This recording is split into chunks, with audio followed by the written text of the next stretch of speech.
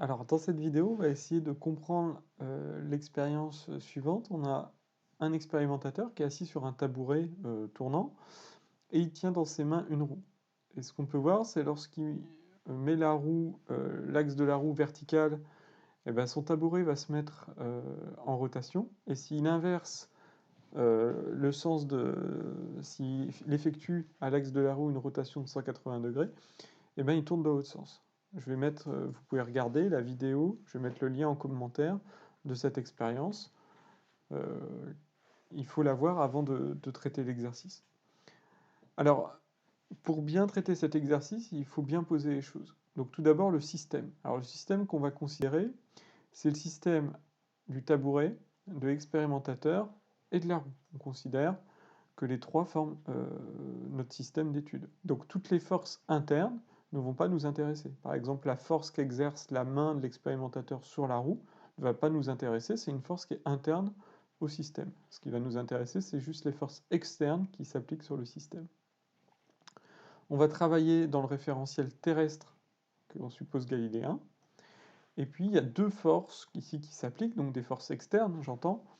Il y a le poids P ici de notre système, donc du tabouret de l'expérimentateur et de la roue, qui s'applique donc au centre d'inertie, au centre de gravité du système, et la réaction du sol, grand R.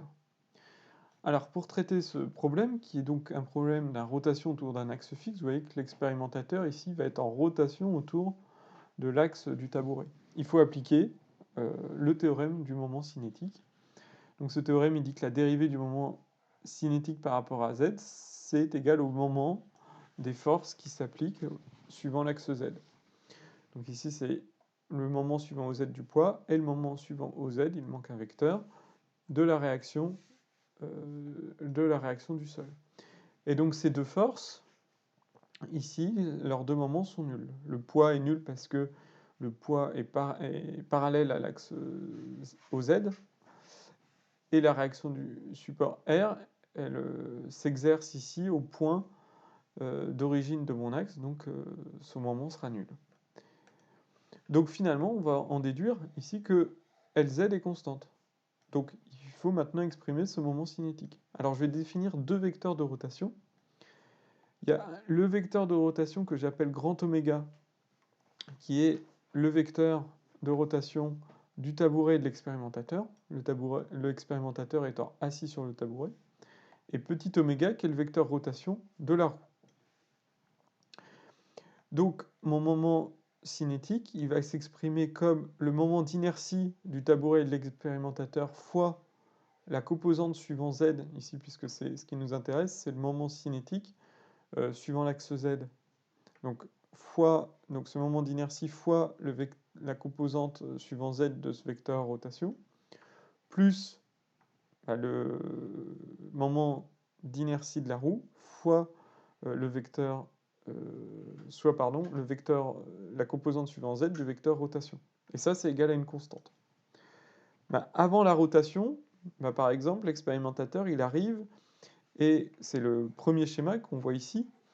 Vous voyez que l'axe de la roue est perpendiculaire à l'axe OZ. Donc forcément, la composante du vecteur suivant z de rotation de la roue est nulle.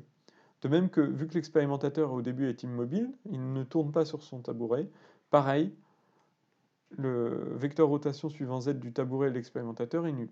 Donc ici c'est nul, ce qui fait que finalement on se retrouve avec une constante qui est égale à 0. Donc qu'est-ce qu'on va avoir? On va avoir que le moment d'inertie du tabouret de l'expérimentateur fois grand oméga z est égal à moins le moment d'inertie de la roue fois oméga z.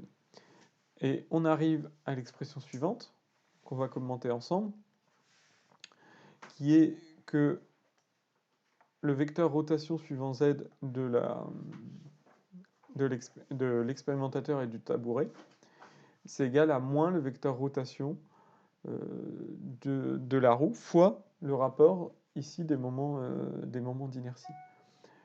Donc ce qui est intéressant ici, c'est qu'on voit que cette expression, le signe moins, montre ici que finalement si la roue tourne dans un sens, ça veut dire que l'expérimentateur va tourner dans le sens inverse.